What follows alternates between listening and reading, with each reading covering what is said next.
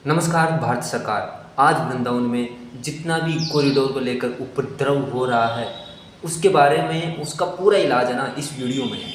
मेरे को आप बताओ, भारत का अभी शासक कौन है, भारत का प्रधानमंत्री कौन है, भारत में किसकी सरकार है, हिंदुओं की? अब मेरे को ये समझ में नहीं आ रहा, मुस्लिम का कोई लेना देना है नहीं इसमें, हिंदुओं की सरकार है। और भारत सरकार के जो प्रधानमंत्री है नरेंद्र मोदी जी, वो भी इस चीज़ को इग्नोर कर रहे हैं। क्या ये जो वृंदावन है किसी गोस्वामी का है क्या? इनके जो आचार्य हैं हरिवंश महाप्रभु, इन्होंने भी ये दावा नहीं किया और ये भी फिलहाल नहीं कर रहे। जो मुख्य अधिकारी है राधा वल्लभ के, वो भी नहीं कर रहे दावा भाई ये हमारी संपत्ति है वैसे। और ये जो लोकल लोग हैं, इन्होंने वृंदावन की जो आध्यात्मिक केंद्र रहा है उस पर कब्जा कर लिया है। अब अपना देश का प्रधानमंत्री मोदी जी है और उसके रहते हुए वृंदावन को इस तरीके से कैसे छोड़ दिया गया, मेरे को ये समझ में नहीं आ रहा। ये बताइए आप, इसका इलाज क्या है? मैं बताता हूँ, आपके पास तो कुछ है नहीं, क्योंकि आपके जितने भी पर्यटन विभाग के डिपार्टमेंट के अधिकारी हैं, मेरे को आपको कहना है कि यहाँ से इनका कोई बिल्कुल भी इनको हटा दो, यहाँ से कोई लेना देना नहीं है, क्योंकि इनको कोई मतलब ही नहीं है, पर्यटन डिपार्टमेंट का कोई मतलब नहीं है। अगर कोई ब्यूरो होता है इंडिया में ऐसा सनातन केंद्र का, तो उसको संभालता कौन, आप मेरे को बताओ। ब्यूरो बनाने की बात हो रही है सनातन केंद्र की, तो मेरे को बताओ उसको संभालेगा कौन? राम रहीम जैसे बाबा संभालेंगे और कौन संभालेगा?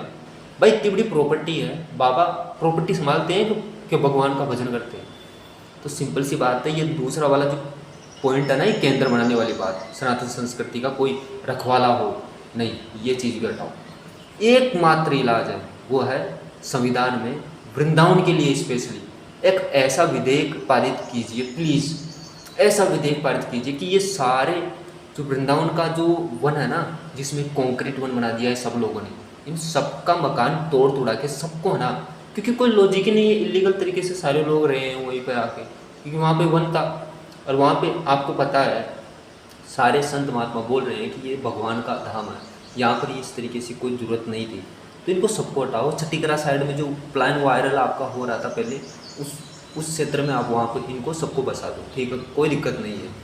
परंतु वृंदावन के लिए कोई ऐसा विधेयक पारित कीजिए प्लीज़, कि जिससे कि वृंदावन के अंतर्गत वन ही वापस स्थापित हो जाए और सारे संत महात्मा या जो भी जो है वहाँ पर अनुभव कर पाए भक्ति को।